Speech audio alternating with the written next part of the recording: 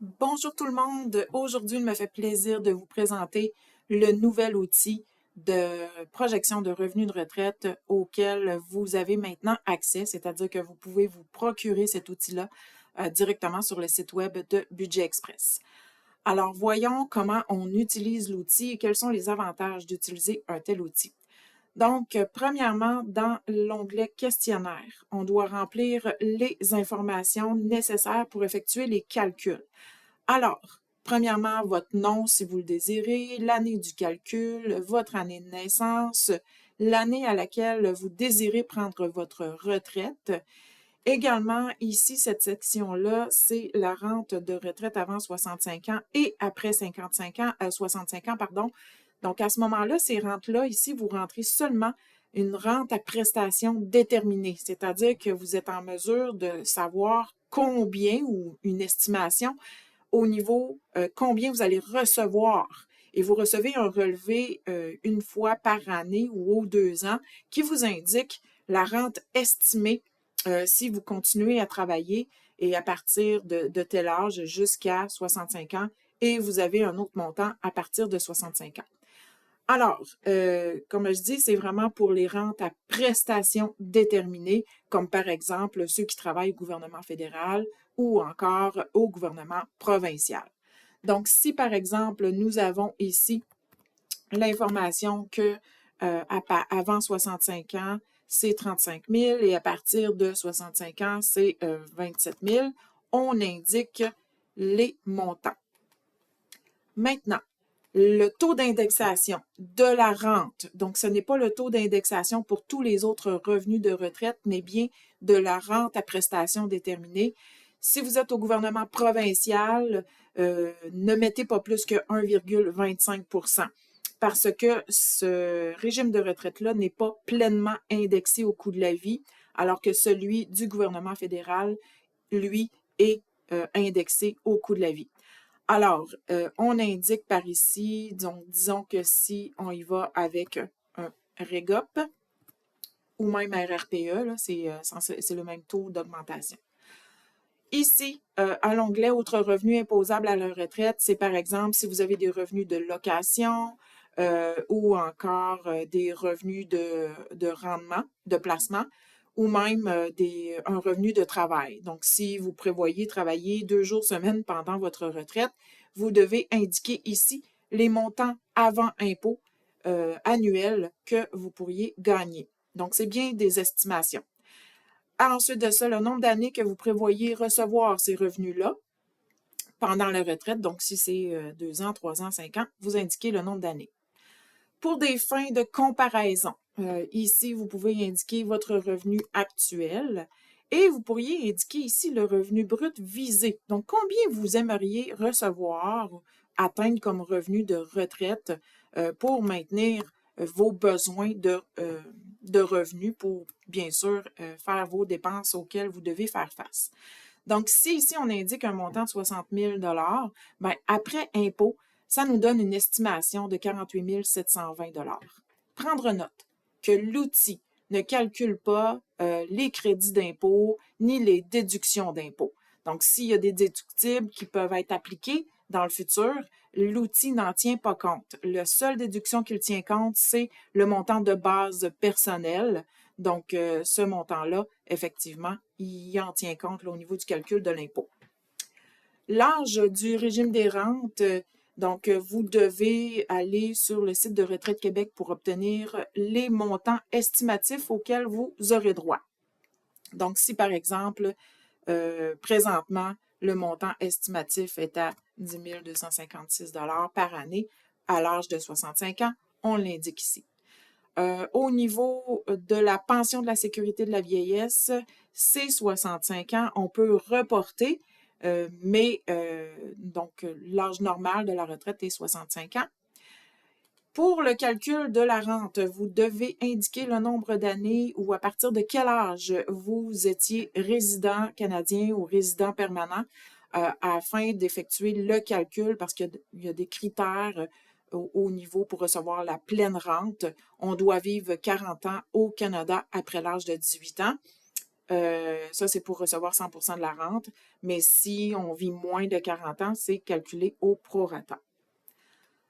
Alors, par la suite, les placements. Donc, on indique le solde actuel au niveau REER, CELI, donc tous nos comptes de placement.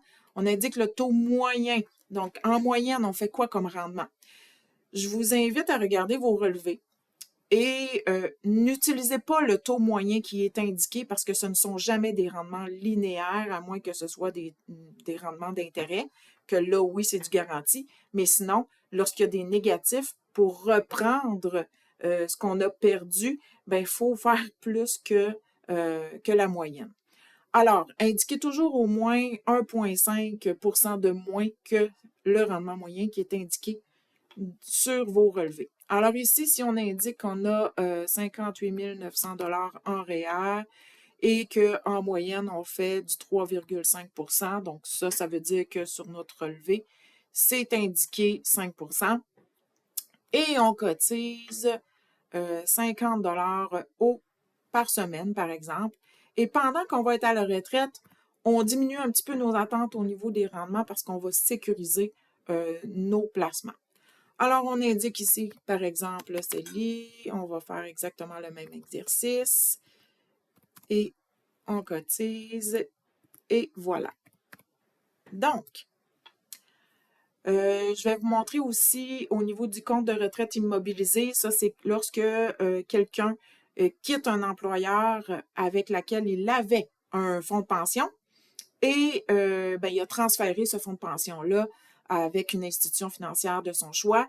Donc, ils sont régis par des minimums et des maximums de retrait pendant la retraite. Alors, ils sont à part, ces montants-là. Donc, si par exemple, on met un montant ici, on indique la moyenne de rendement.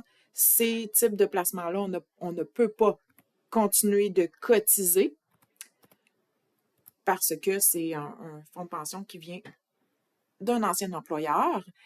Maintenant, il y a deux façons d'effectuer le calcul. Donc, soit qu'on retire le minimum requis par la loi ou le maximum requis par la loi. Si vous retirez le maximum, dites-vous que peut-être que ça va être trop, peut-être que ce ne sera pas suffisant, mais si vous retirez le maximum et que vous n'avez pas besoin de la somme totale, idéalement, ce serait peut-être de transférer les surplus vers les CELI pour avoir accès à cet argent-là plus facilement. Parce que quand on retire seulement le minimum, mais par la suite, on est vraiment restreint à comment dire, l'argent ne sera pas disponible, on a notre minimum, point. Oui, l'argent demeure à l'intérieur du compte, mais si on a besoin de liquidité, dans les comptes de retraite immobilisés, c'est difficile d'aller sortir plus que le maximum, même voire impossible. Alors, je suggère d'utiliser le maximum. Maintenant, ce que ça donne, donc dans le tableau de décaissement, on voit ici l'année, donc l'année de la retraite, ce qu'on avait indiqué. Donc, l'âge. Maintenant, les retraits CRI, FRV, selon le maximum, le fonds de pension. Également, on a la colonne régime des rentes et pensions de la sécurité de la vieillesse. Ces montants-là ont été indexés selon les taux d'indexation de 2,15 % que l'outil utilise automatiquement. Donc, la colonne autres revenus imposables, colonne REER. Dans la colonne REER, l'outil fait le calcul pour qu'on en ait le plus longtemps possible, d'accord? Mais on peut ajouter des retraits supplémentaires, comme je disais, les petites cases bleues sont des cases où est-ce que l'on peut modifier. Les retraits CELI, même principe, c'est pour en avoir le plus longtemps possible. Donc, on peut, à un moment donné, par exemple, on a besoin de 3 500 pour effectuer un voyage, on peut le mettre. Si nous avions des sommes non enregistrées, c'est la même chose. Et là, on voit les totals des revenus imposables estimatifs. Alors, tout a été additionné ici. Et après, donc après l'impôt, là, on voit 35 000 pour 3 500 pour le CELI, si j'y vais comme ça. Donc, on voit le total net estimatif après impôt. Et là, ben, on voit qu'on avait qu'on voulait viser un certain montant, l'objectif net avec inflation. Donc ça, c'est le montant qu'on a inscrit ici dans notre objectif net visé. Donc, ce que ça donne, en fait, avec inflation, donc ici, on avait 48 000, mais bien sûr, en dollars d'aujourd'hui, il faut appliquer un taux d'inflation de 2,15 par année pour, bien sûr, faire une vraie projection de quels seront nos besoins dans le futur.